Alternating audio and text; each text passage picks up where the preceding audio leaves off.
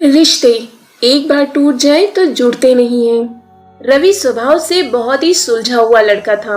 रवि ने अपनी पढ़ाई खत्म होने के बाद अपने बड़े भाई का बिजनेस ज्वाइन कर लिया था। रवि अपने भाई भाभी के साथ मुंबई में रहता था और उनके माता पिता गांव में रहते थे। रवि के बड़े भाई ने अपनी पसंद की लड़की से लव मैरिज की थी। रवि की भाभी अंजलि मुंबई की ही रहने वाली थी और बहुत ज्यादा मॉडर्न थी। रवि के माता पिता ने रवि के लिए रिश्ता देखना शुरू कर दिया था। रवि किसी मॉडर्न लड़की से शादी नहीं करना चाहता था। रवि जैसी लड़की से शादी चाहता था वैसी ही लड़की से उसकी शादी होने जा रही थी। रवि और प्रिया की शादी होने जा रही थी। प्रिया गांव की सीधी साधी लड़की थी। शादी की सभी तैयारी गांव से ही हो रही थी। 2 दिन के बाद ही रवि के बड़े भाई और भाभी अंजलि का टिकट भी हो गया था। अंजलि गाँव नहीं जाना चाहती थी। अंजलि को अपने सास ससुर और गांव के रिश्तेदार बिल्कुल पसंद नहीं थे। खैर बड़ी मुश्किलों से अंजलि गांव आई। प्रिया और रवि की शादी भी हो गई। प्रिया ने घर आकर अपने बड़ों के पैर छुए और आशीर्वाद लिया। जैसे ही प्रिया अंजलि के पैर छूने गई वैसे ही प्रिया ने उसे धक्का देते हुए बोला, मेरे पैर मत छू, गंवार कहीं की। प्रिया को अंजलि का यह व्यवहार बहुत खराब लगा। रवि और उसके परिवार वाले सभी लोग मुंबई वापस आ गए थे। इस बार रवि के सास ससुर भी मुंबई आ गए थे।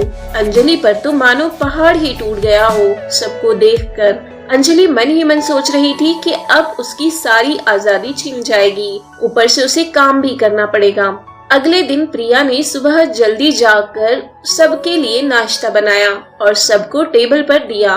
अंजलि नाश्ते को देखते हुए बोली, छी, तुम हमें यह खिलाओगी? इतना ऑयली खाएंगे हम क्या?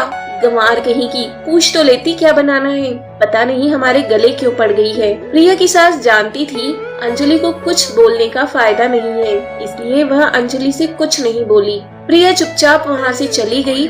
रवि को प्रिया के लिए बहुत बुरा लगा। रवि प्रिया से बात करने के लिए कमरे में गया तो देखता है कि प्रिया रो रही है। रवि प्रिया को समझाता है कि अंजलि भाभी दिल की बुरी नहीं है, बस थोड़ी सी मॉडर्न है। प्रिया अपने आप को संभालते हुए अपने काम में लग जाती है। उधर अंजलि अपने ऑफिस में अपनी सहेलियों को बताती है कि किस तरह उसकी देवरानी उसे परेशान कर रही है। अंजलि की सहेलियां उसे सलाह देती है कि तुम उसे घर से बाहर निकाल दो, फिर तुम्हारा घर तुम्हारे हिसाब से चलेगा। अगर उसे नहीं निकालोगी तो वह सबकी फेवरेट बन जाएगी। अब अंजलि बात बात पर प्रिया से झगड़ा करती और उसे खरी खोटी सुनाती।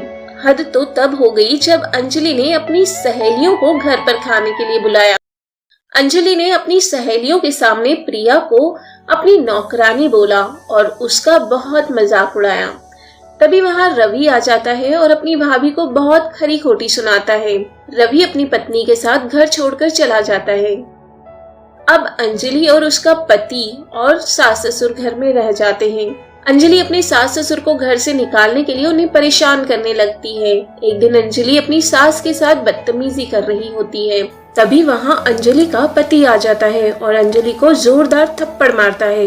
अंजलि का पति अंजलि से कहता है कि तेरी वजह से मेरा घर टूट गया, मेरा भाई मुझसे अलग हो गया, तू निकल जा यहाँ से। अंजलि अपने सास ससुर के पैर पकड़कर माफी मांगने लगती है। अंजलि की सास उसे माफ कर देती है और अंजलि के सास ससुर हमेशा के लिए विवेक के यहाँ से चले जाते हैं। अब अंजलि और उसका पति हमेशा के लिए अकेले रह जाते हैं। यदि अंजलि को उसकी पहली गलती पर ही उसका पति टोक देता तो शायद यह नौबत नहीं आती। रिश्तों को समय पर संभाल लेना चाहिए। एक बार टूट जाए तो जुड़ते नहीं हैं। जैसे एक धागा टूट जाता है तो जुड़ता नहीं है, आप जोड़ोगे तो गांठ हमेशा के लिए आ जाएगी।